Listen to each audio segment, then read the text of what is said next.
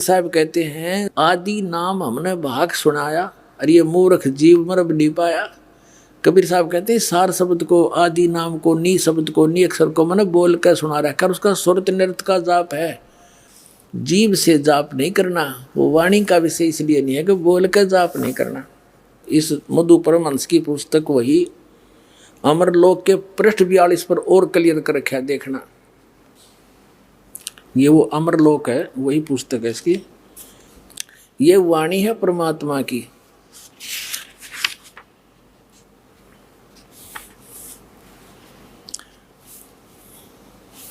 यहां देखिएगा 41 पृष्ठ पे दिखाते हैं पहले आपको, लेकिन ये समझ नहीं सका परमात्मा को, कैसे समझाइए बता। यहां देखेंगे, ये कहते हैं कि सूक्ष्म देह में ओहम सोहम, इनका ख्याल अपारा हो। अब स्पष्ट कर दिया कि ये तो अलग हैं, इनकी महिमा न्यारी है। जो ये सतनाम है, ये 2 अक्षर का, ये सूक्ष्म देह में काम करे है। अब 41 पे 42 पे देखो, इसमें क्या बताया है कि अमर लोक में पुरुष विदेही, निगम न पावे पारा हो। और उनकी उपमा कहाँ लग वर्णो, मुख से होए न वारा हो। कोटन सूर चंद्र तारागण, एक रोम पर वारा हो। श्वेत सिंहासन और श्वेत छतर सिर, श्वेत ही हंस प्यारा हो। उस परमात्मा के सिर पर श्वेत छत्र है और सिंहासन पर विराजमान है उनका। और वहाँ के हंस यानी जितने भगत हैं वो मनुष्य सदृश्य हैं, वो भी श्वेत ही है, सफेद। और श्वेत भूमि ता श्वेत वृक्ष है, वाह रे मधु परमहंस, वह बिंदु कित गैत्रे भी है। कहते वहाँ श्वेत भूमि है सतलोक की, और वहाँ सफेद वृक्ष भी हैं। और श्वेत कला सुहेला हो, और पारस पान लेहु तुम सुकृत, तब देखो दरबारा हो। कह कबीर सुनो धर्मदासा, तुमसे हुई निर्धारा हो। अब इसमें स्पष्ट हो गया कि वहाँ सफेद भूमि है, सतलोक न्यारा है, परमात्मा सिंहासन पर विराजमान। यह परमात्मा की वाणी है, लेकिन ये परमात्मा का चोर ये समझ नहीं पाए। अब पुण्यात्माओं, अब देखिएगा, ये भक्ति का चोर नामक एक पुस्तक है इस मधु परमहंस जी की, और उनते चोर बतावे है। अरे आप देखिए क्या, ये कहाँ से छपी है, ये वही है इनका सारा सांग है। अब जैसे विधे, और ये देखिएगा, ये प्रश्न नंबर 17 पे है। ये जो विधे शब्द को यहाँ भी परमात्मा ने स्पष्ट कर दिया है भक्ति के चोर के उसमें। ये परमात्मा की वाणी है। धर्मनी मोहे न व्याप माया कैन सुनन की है ये काया, ये शरीर है न मेरा, और दे नहीं और दर्शय दे ही, रहो सदा जहाँ परस विदेही। अब है ना, दे नहीं और दर्शय दे ही, यानी यह देही तुम्हारे जैसी नहीं है, मैं साकार हूँ, और रहूं सदा जहाँ पुरुष विदेही।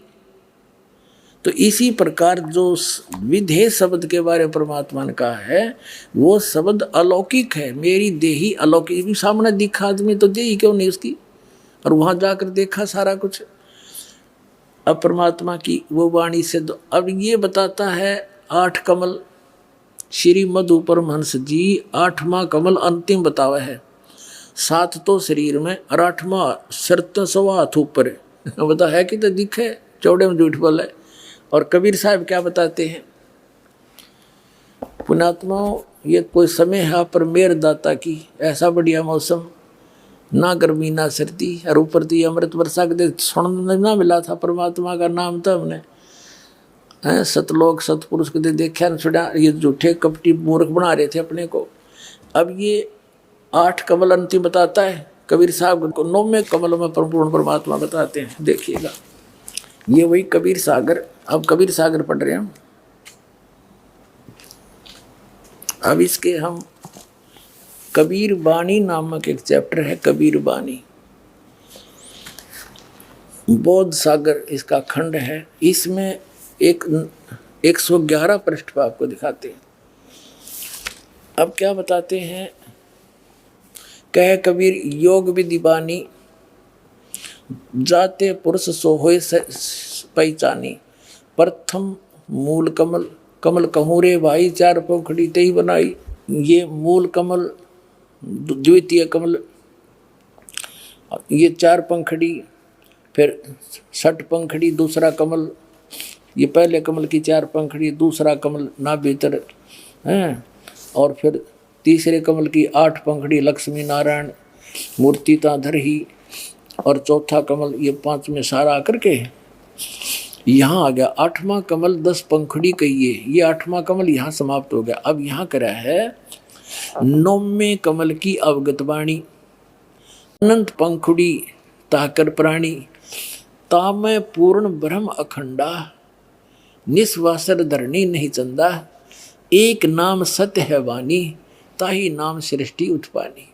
अब 9वें कमल में पूर्ण परमात्मा है, पूर्ण ब्रह्म, वो परम पुरुष कंप्लीट गॉड, वो उस 9वें कमल में है। 9वें कमल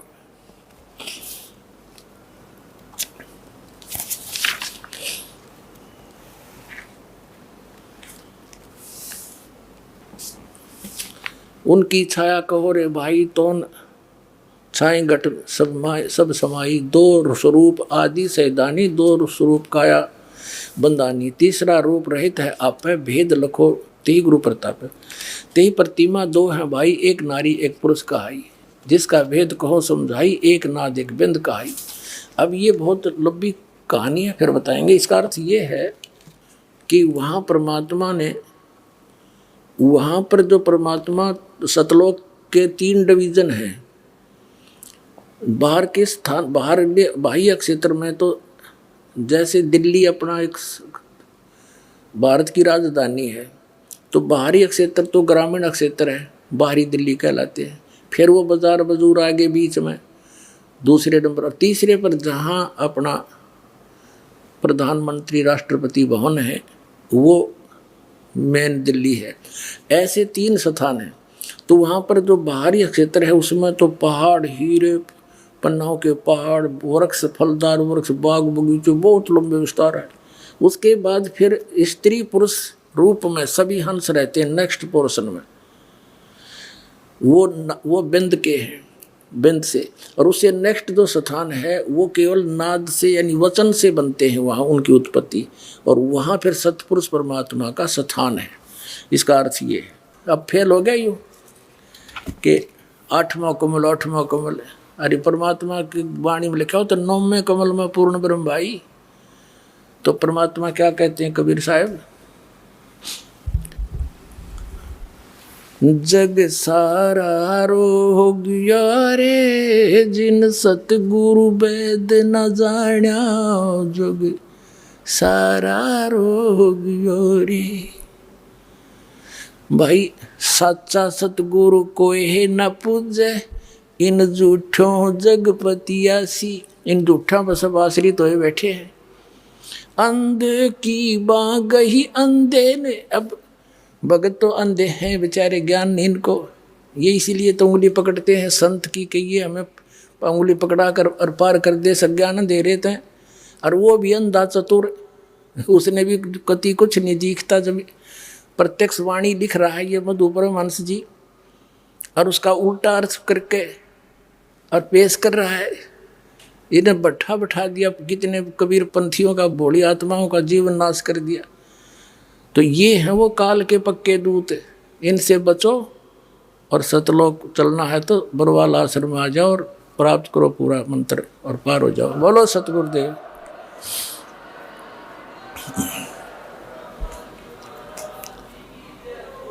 परम पिता परमात्मा पूर्ण ब्रह्म सर्व सृष्टि रचनहार कबीर परमेश्वर जी, ये हमारे सभी के जनक हैं। ये वो परमात्मा हैं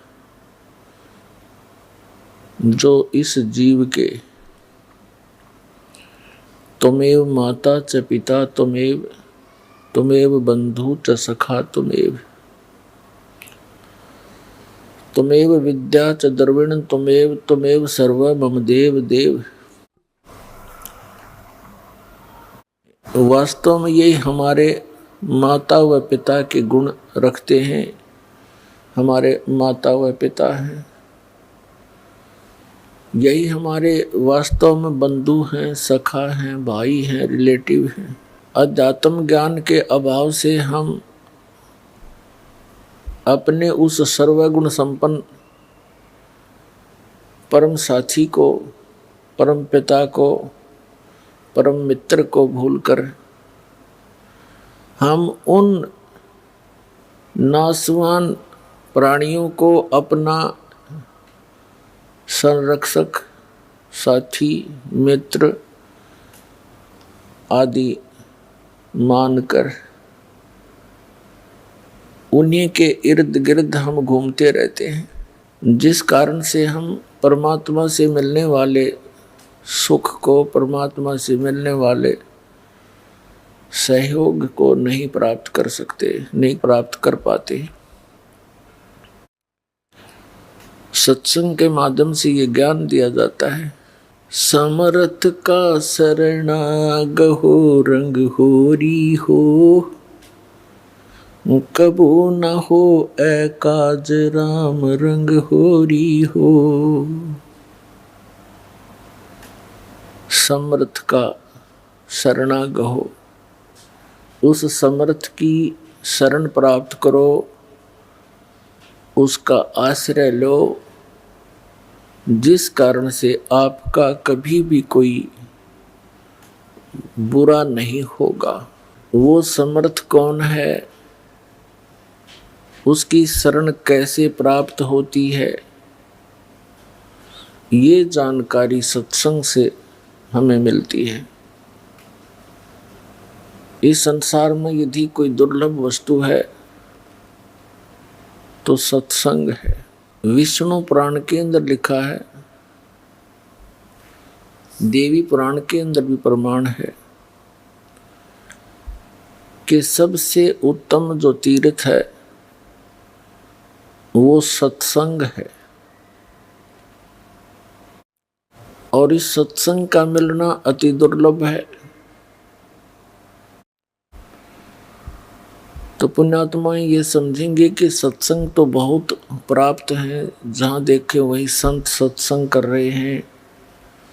आजकल इस टीवी चैनलों के माध्यम से भी बहुत से संत जन अपने विचार व्यक्त करते हुए आपको नजर आते हैं, परंतु वे सत्संग नहीं कर रहे, वो तो कोरी झूठ बोल रहे हैं, बकवाद कर रहे हैं। अपने आत्माओं, जो व्यक्ति प्रथम बार दास के इन सत्य वचनों को सुनता है, ऐसे लगते हैं जैसे कुनीन खा ली हो। कुनीन जैसा टेस्ट होता है। और जब इस ज्ञान से आप परिचित हो गए यथार्थता से कि जो दास बोल रहा है ये सारी सत्य है, तो उस समय आपको ये मनुखा दाख की तरह लगेंगे ये वचन दास के। सत्संग के बिना प्राणी कितनी गिरावट में आ चुका है, आज आप देख रहे हो। और आज से 50 वर्ष पहले का माहौल भी हमने देखा है, जब हम कुछ थोड़े बहुत जानने योग्य हुए होंगे, 10-11 वर्ष के थे। उस समय बाजार में जाते थे, 90% दुकानदार भगवान से डरने वाले होते थे। आज उसके विपरीत हो चुका है। इस दास ने सन 1977 में सर्विस ज्वाइन की थी as a junior engineer civil, irrigation department Haryana में। उस समय पूरे विभाग के अंदर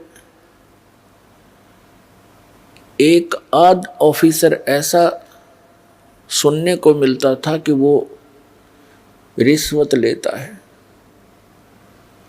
और सन 1995 में दास ने जब ये सर्विस त्याग दी इस परमात्मा प्राप्ति के लिए, उस समय तक ये कहने को ही मिलता था कि शायद वो व्यक्ति, वो ऑफिसर रिश्वत नहीं लेता। इसका कारण क्या है कि आज से लगभग 600 वर्ष पहले परमात्मा आए थे। परमेश्वर कबीर देव जी, कबीर साहिब जी भारतवर्ष की पावन पृथ्वी पर सन 1398 में ज्येष्ठ सुदी पूर्णमासी संवत 1455 में कमल के फूल के ऊपर एक लहर तारा नामक तालाब में परमात्मा एक शिशु रूप धारण करके प्रकट हुए थे। वहां से उनको नीरुनिमा नाम के जुलाहा दंपति उठा ले गए थे।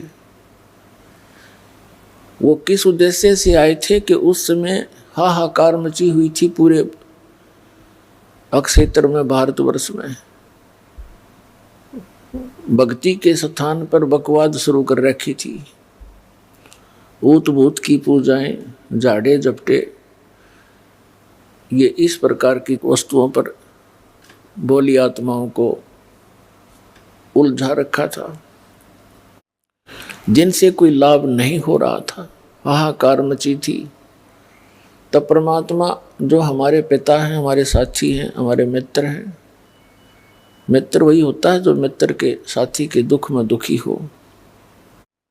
तो यही हमारा सच्चा मित्र है, यही हमारे पिता हैं, यही हमारी माता है, जो तीनों लोकों में प्रवेश करके सबका धारण पोषण करता है। तो उस समय इस परमात्मा ने उन दुखी प्राणियों को, जो सब जगह धक्के खा चुके थे, जाड़े जपटे भी करा चुके थे, सब पूजाएं करके थक चुके थे, अंतिम श्वास गिने थे, कोई किसी कारण से परेशान था, कोई निर्धनता के कारण दुखी था, कोई शरीर से दुखी था, कोई तीन ताप के कष्ट को भोग रहा था। उस समय परमात्मा ने ये यथार्थ ज्ञान और यथार्थ भक्ति मंत्र, जिनसे हमें लाभ मिलना था परमात्मा की तरफ से, वो दिया था। उस ज्ञान से इतना प्रभाव पड़ा था। 64 लाख शिष्य हुए थे उस कबीर परमात्मा के, जो एक धानक के घर परवरिश की लीला करके बड़े हुए थे। सन 1398 में छुआछात चरम सीमा पर थी, और फिर उस जुलाहे यानी धानक से ब्राह्मणों तक ने भी दीक्षा ली, क्योंकि वो दुखी गणे हो रहे थे। उनकी दुर्गति हुई पड़ी थी, कहीं से कोई सहारा नहीं मिल रहा था। 64 लाख शिष्य आज से 600 वर्ष पहले होना कोई बालकों का खेल नहीं है। जन साधारण नहीं कर सकता इस काम को, लेकिन हम भगवान की महिमा से अपरिचित होने के कारण परमात्मा को पहचान नहीं सके। उस समय भारतवर्ष की कुल आबादी मुश्किल से 4 करोड़ होगी। कौन से भारत की? अफगानिस्तान, बलोचिस्तान, पूर्वी और पश्चिमी पाकिस्तान, इराक, ईरान, गजनीव तक ये भारतवर्ष ही था। उस समय 4 करोड़ आबादी मुश्किल से होगी, और उस 4 करोड़ आबादी में से परमात्मा के 64 लाख शिष्य थे। ना कोई मीडिया था। आज तो कोई भी व्यक्ति एक स्थान पर बैठ के और थोड़ी सी अटपट करके लाखों जीवों को भ्रमित कर सकता है, प्रभावित कर सकता है। उस समय 64 लाख से सोना एक बहुत बड़े आश्चर्य की बात है। भगवान बिना नहीं हो सकता। और फिर कोई विशेष आडंबर नहीं शरीर के ऊपर, बाह्य आडंबर नहीं, सिंपल मैन एक धानक जुलाहा कपड़ा बुने, क्योंकि वो समर्थ थे, उनके वचन में शक्ति थी, और जो मंत्र जाप करने को वो देते थे उससे बहुत लाभ होता था। और जो गलती करते थे उनको हानि भी पैरेलल हो जाती थी, तो वो डरते थे। फिर वो परमात्मा पूछते थे कि तुमने कोई गलती की होगी इसलिए तुम्हें ये हानि हुई है। तो बता देते थे, कहाँ जी हमसे गलती होगी, हमने ऐसी पूजा कर ली दोबारा।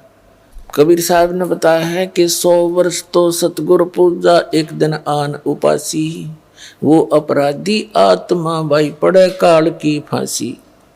100 वर्ष तक गुरुदेव के द्वारा बताए गए सत्य साधना कर रहे हो और एक दिन भी आन उपासना कर ली, अन्य पूजा जो तुम पहले डले डोया करते, कहते हैं वो अपराधी आत्मा फिर पड़े काल की फांसी। तो पुण्यात्मा, इस परमात्मा के घर में, इस परमात्मा की शब्द कोश में असंभव शब्द नहीं है। ये वो कबीर भगवान है, वो पूर्ण ब्रह्म है, परम अक्षर ब्रह्म है, सर्वशक्तिमान है। इसकी डिक्शनरी में इम्पॉसिबल वर्ड नहीं है, लेकिन हम इससे लाभ नहीं उठा पा रहे हैं। इसका मुख्य कारण ये है कि हम इस पर विश्वास नहीं कर पा रहे, और फिर विश्वास ना होने से हम मर्यादा ठीक नहीं रखते। यहाँ से दीक्षा दी जाती है, जब सैकड़ों बार समझाया जाता है, पुस्तक भी पहले बना कर दे रखी है कि नियमों को पालन करो तो दीक्षा ले लेना, अन्यथा हमने यहाँ कोई भीड़ इकट्ठी करने का शौक नहीं है। लेकिन सभी मर्यादाओं का पालन करते हुए इस मंत्र का जाप करो, चाहे विश्व आ जाओ पूरा, कोई दिक्कत नहीं। तो जब तक हम मर्यादा नहीं निभाएंगे तो परमात्मा साथ नहीं देगा आपकी। 100 वर्ष सतगुरु की पूजा, सतगुरु पूजा यानी सतगुरु के अनुसार बताएगी भक्ति मार्ग को करते रहो, और एक दिन आन उपासी, एक दिन भी आन उपासना कर ली, वो अपराधी आत्मा फिर पड़े काल की फांसी। कुछ एक ऐसे उदाहरण, वैसे तो बहुत सारे उदाहरण हैं, लेकिन एक आधा उदाहरण हमें याद है, बाकी तो लाखों की संख्या में ऐसे प्रमाण हैं जिनको परमात्मा ने सहारा दिया, नाम लिया, सुख हो गया, कुछ दिनों के बाद फिर लोक लाज माँ के आन उपासना कर दी तो फिर दुख शुरू हो गया। उसका समाधान क्या है कि पुनरुपदेश ले, अपना नाम सुचारू करावे। कनेक्शन कटने के बाद पावर काम नहीं करती तो परमात्मा का नाम खंडित हो जाता है, आपका कनेक्शन कट जाता है किसी गलती से, नाम खंडित हो जाता है आपका। नाम खंडित होने के बाद फिर वो परमात्मा की पावर तो आप में रही नहीं, वो काम करेगी नहीं, तो आपका जो पावर से होने वाला, शक्ति से होने वाला कार्य नहीं हो पाएगा। और आपके अपने सतर का काम आप पहले करते करते थक चुके ही थे, तभी तो पावर की आवश्यकता पड़ी आपको। एक जींद के अंदर रमेश नाम का एक लाला जी है, अब भी है वो हमारा सेवक, अब भी आते हैं बच्चे, और उसकी पत्नी का नाम कमलेश। उनके एक लड़की, 2 जुड़वा लड़के, लड़की बड़ी थी, लड़के छोटे थे, उस समय वो 7-8 वर्ष के थे। अब उसके घर में के कहर टूट गया, उसकी पत्नी को श्वास का रोग, लड़की को दौरे पड़े, और दोनों लड़के वो अस्वस्थ रहे। ऐसी स्थिति थी, एक घर पे तो एक हॉस्पिटल में रहता था, और वो जैसे भी अपनी परंपरागत साधनाएं आप करते हैं वो भी किया करते थे, और सब साधनाएं करके थक चुके थे। एक हमारा सेवक था, उससे उसका कोई संपर्क हुआ, कोई दुकान पर सामान लेने के लिए गया, बात चली तो उसने बताया कि हमारे घर पे बहुत कष्ट है। हमारे सेवक ने बताया कि आप हमारे गुरुदेव से उपदेश ले लो, आपको राहत मिलेगी। तो उस रमेश लाला जी सेठ ने कहा कि भाई मैं तो थक चुका हूँ, मुझे तो आशा रही नहीं। तो भगत ने उसको बहुत से प्रमाण बताए कि उसको ऐसे लाभ हुआ, उसको ऐसे लाभ हुआ, ऐसा ठीक हुए। उसका दिल सा डटा, उन्होंने दीक्षा ले ली। दीक्षा ले ली पूरे परिवार ने, बच्चा ने भी ले ली, उसकी पत्नी ने भी, उसने भी, ठीक हो गया, मालिक की दया होगी। 3 महीने तक उनको कोई किसी प्रकार का कोई संकट नहीं रहा। 3 महीने के बाद फिर ये गुग्गा की पूजा का दिन आ गया। नाम लेने से पहले सब मर्यादाएं बता दी जाती हैं कि ऐसे ऐसे मत करना। एक उसकी कोई सहेली थी, वो उसके घर पे आ गई उस दिन, और वो किसी दूसरे पंथ से दीक्षित थी, इन राधा स्वामी पंथ से। उसने आके कहा कि कमलेश, आज तो यह नवमी है गुग्गा वाली, तेने गुग्गा जी की पूजा नहीं करी आज। पहले वो सामूहिक करा करते थे। वो कहने लगी, ना हम पूजा नहीं कर सकते क्योंकि हमने गुरु बना लिया। तो उसकी सहेली कहने लगी कि हमने भी बना रखा गुरु तय, पर यह पूजा नहीं छोड़नी चाहिए, इससे हानि बहुत हो जाती है। उसने 2-3 उदाहरण दे दिए। उस हमारे एक रिश्तेदार ने ये पूजा छोड़ दी थी, उसकी भैंस मर गई, उसने ऐसे कर दिया तो उसको ये नुकसान हो गया है, वैसी डरा दी। अब उस कमलेश ने वो गुग्गा फिर पूज दी। अब उसने सोचा कि सचमुच गड़बड़ हो जा, उसने गुग्गा की पूजा कर दी। गुग्गा की पूजा कर दी तो अगले दिन लड़की को दौरे शुरू हो गए। उसके दमा वाली शिकायत थी वजहों की, तो लड़के दोनों हॉस्पिटल में। अब वो लाला जी को पता चला, वो समस्या फिर ज्यों की तो हुई। तो उसने जिसने नाम दिलवाया था उससे कहा कि भाई ऐसे ऐसे हमारे तो फिर वही बात होगी। उस भक्त ने फिर हमसे संपर्क किया इस दास से। मैंने कहा भाई उन्हें कोई नाम खंड किया होगा। उस भक्त ने उस लाला जी से कहा, दुकान पर संपर्क किया कि भाई तुमने कोई नियम खंड किया है। वो कहने लगा, ना ऐसा हमने तो कुछ कराया नहीं, ना हम कोई पूजा करते ना कुछ और करते, सब त्याग दी। अब उसको पता नहीं बेचारे को।